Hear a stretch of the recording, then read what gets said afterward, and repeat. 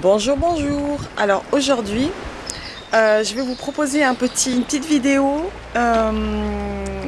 qui ne va pas durer longtemps, qui va durer à peu près 10 minutes, de Carlo Nayaradou, qui est un BDiste antillais connu en Martinique et qui est un puits de connaissances, quelqu'un que j'ai rencontré au Festival de la BD, puis qui m'a pas laissé indifférente, que j'aimerais bien retrouver. Donc je lui ai acheté, voilà, j'ai acheté 3 crayons noirs, voilà, que je suis en train de découvrir, que je vous présenterai dans une autre vidéo.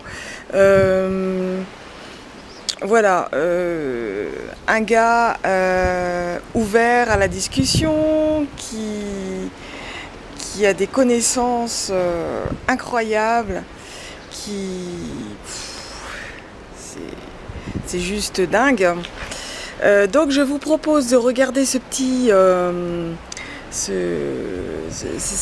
film. Et puis bon, j'espère que j'aurai l'occasion de l'interviewer pour de vrai par la suite, par rapport au crayon noir et puis à ses publications, parce que là il est en train d'essayer de republier à nouveau. Puis voilà. Allez, à tout de suite.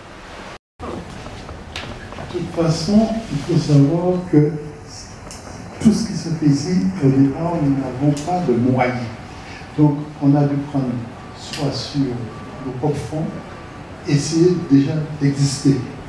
Donc, il y a eu quand même un hommage que je voulais, parce que je représente aujourd'hui Tony Delchat, qui est pour moi le père de la bande dessinée antillaise. Parce que je vais vous montrer quelque chose qui est la première tentative de bande dessinée qui date de 1970.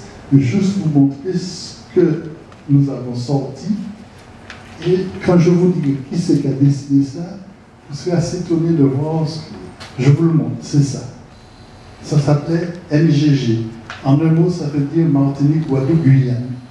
Et MGG, quand je vous montre ça, les dessins de couverture est fait par quelqu'un de très célèbre. Quelqu'un qui a le prix concours. Alors, il est martiniquais et c'est lui qui a dessiné ça au départ. Donc, Patrick Chamoiseau, ça ce sont ses dessins. Ce que vous voyez là, c'est le dessin de Patrick Chamoiseau. Il a tellement honte qu'il ne veut, parfois il ne veut pas en parler. Mais je peux vous dire que ces 3 petits personnages-là, ils sont pour moi les pères de notre BD, sont ici de Tony Delchat et de Patrick Chamoiseau. Bon, moi je suis venu après, puisque moi quand j'ai vu ça sortir, j'avais 13 ans. Je ne sais pas si vous imaginez un garçon de 13 ans qui voit ça. J'avais honte. Je peux vous le dire, j'avais honte quand j'ai regardé ça. Je me suis dit, mais c'est pas possible. Ils ne savent pas dessiner. Qu'est-ce que c'est que ça? Parce que moi, qu'est-ce que je faisais? Je copiais tout ce qui existait. Et parce que j'avais un talent au niveau de dessin. Nous étions 2 frères, mon petit frère et moi. Et quand nous avons découvert ça, on a rigolé comme pas possible. Et on a cherché à les rencontrer. On a attendu peut-être 4 ou 5 numéros avant de les rencontrer. Et quand on a été, je vais vous montrer ce que je les ai présentés. Et que moi j'estimais qu'était mon travail. Et quand ils ont vu mon travail, ils ont rigolé. Et là, je n'ai pas compris pourquoi. Et c'est là qu'après avoir discuté avec eux, ils m'ont dit, mais tu nous amènes ce que font les autres. Qu'as-tu toi? Qu'est-ce que tu as amené toi? J'ai dit, mais je t'ai amené des dessins de la BD. Il a dit, mais ça, on en a partout. En italien, en américain, japonais. On veut que tu racontes ce que tu es, ce que ton pays, ce que... Mais j'ai dit, mais quoi? Comment veux-tu que moi, je ne savais même pas me représenter au niveau dessin. Comment moi, qui ai toute ma vie, en fait toute mon enfance, calqué les autres, vouloir créer ma propre image. Et ça m'a un peu interpellé parce que quand j'ai commencé à tourner dans les écoles, j'ai demandé aux gosses tout simplement de se dessiner. Quand ils m'ont sorti les dessins qu'ils m'ont présentés, j'ai dit, mais les gars, tu crois que ça te ressemble ça? Il me faut des Son Goku, des trucs. Mais ça, c'est des mangas, ça c'est pas toi, c'est pas ton imaginaire, c'est pas ton image. Alors, si je te dis de te dessiner, c'est ça que tu vas me dessiner ton personnage. Et il a fallu que cette rencontre se fasse entre Tony Deschamps et Chamoiseau pour moi.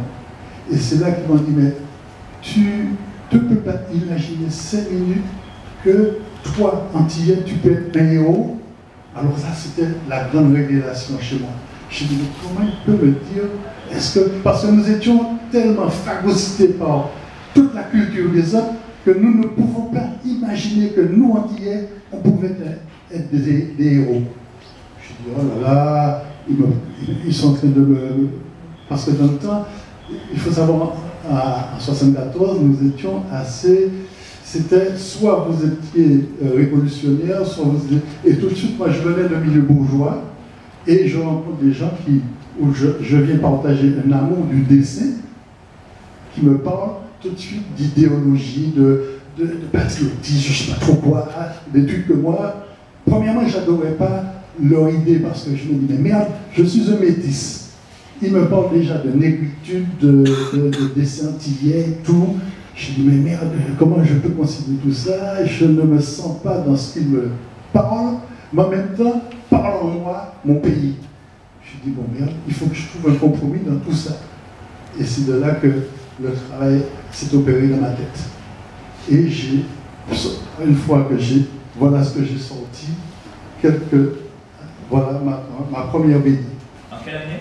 Ça, je l'ai fait, alors ça c'est 70, j'ai sorti ma première BD en 74. C'était, voilà ce que ça s'appelle, un je ne sais quoi de 97-2. Parce que je ne savais même pas ce que c'était, je l'ai appelé un je ne sais quoi de 97-2. Parce que 97-2 c'est mon département. J'ai dit c'était un compromis entre du dessin, de la BD belge, de ce que je commençais à sortir de ce qui pouvait être mon dessin créole. Et puis voilà. Et après, bien sûr, il y a eu autre chose. On a évolué, comme on parlait tout à l'heure, de l'évolution de la bande dessinée, jusqu'à temps à trouver ce qui est un vrai compromis de ce qu'on pouvait faire. Mais c'est pour ça que je suis quand même assez content, parce que j'étais persuadé que nous n'avons pas d'existence. Parce que quand j'ai commencé à dessiner, j'avais presque honte de dire je fais de la bande dessinée antillaise. Comment peut-on, un petit pays martiniquais, venir dire que nous faisons la BD, la bande dessinée, le 9e art, devant la bande dessinée française, belge, en disant que nous faisons de la bande dessinée. Là, ça c'était, petit à petit, quand vous faites la part des choses, il n'y a aucune honte de raconter notre propre histoire. Comment si je crée un personnage qui a un moment, quand vous parlez est-il autant connu que par exemple à States, je suis persuadé que quand Patrick a fait ça, dans l'imaginaire des Antillais, ce personnage est aussi célèbre que Lucky Luke. Il s'appelait M. Koucha. C'était une espèce de héros qui raconte nos histoires, nos expressions, et c'était compris de tout le monde parce que c'était en français une partie, et le reste c'était alimenté par toutes nos expressions créoles. Voilà un peu ce que j'appelle à l'heure actuelle notre BD antillaise. Bon, j'ai repris le flambeau quelques années après, et c'est là que j'ai essayé, avec la nouvelle monture d'MGG, où j'ai relooké, donc ça a déjà changé par rapport à le premier logo. Donc quand vous voyez le logo que j'ai redessiné, nous avions déjà évolué. Et j'ai essayé de m'ouvrir. Donc j'ai pactisé avec la Réunion qui avait déjà un journal qui s'appelle Le Prix du Marouya. Donc j'ai un exemplaire là, je vous montre ce que c'était, Le Prix du Marouya. C'était ça. Et il y a eu des dessinateurs réunionnais qui sont sortis du lot, puisque j'ai vu qu'ils ont publié de vrais albums. Moi, parce que tant qu'on me parle de ça, pour moi, c'est un album cartonné. Ça, c'est pas, pour moi, c'est pas noble. Donc, après, nous avons, issu de tout ça, nous avons eu une branche de notre histoire faite par des Antillais qui vivaient en métropole, qui sont sortis Saint-Coquille, etc. Après, nous avons fait nos propres petites choses en éducation, etc. Et puis, un autre personnage qui a, parmi l'imaginaire antillais, qui a survécu, parce que c'était les Maquerelles de Georges Puissy. Voilà. Donc, j'ai fait un petit tour juste pour vous montrer que notre BD existe. Aussi petite qu'elle soit, elle existe. Et maintenant que je suis à la retraite, j'ai envie de recommencer. Donc j'ai rencontré Tony de nouveau. J'ai fini l'une des premières BD que j'ai commencé pour lui, qui est un dessin sérieux, et on est en train de voir si avec la DRAC on peut nous financer le projet. Voilà. Okay.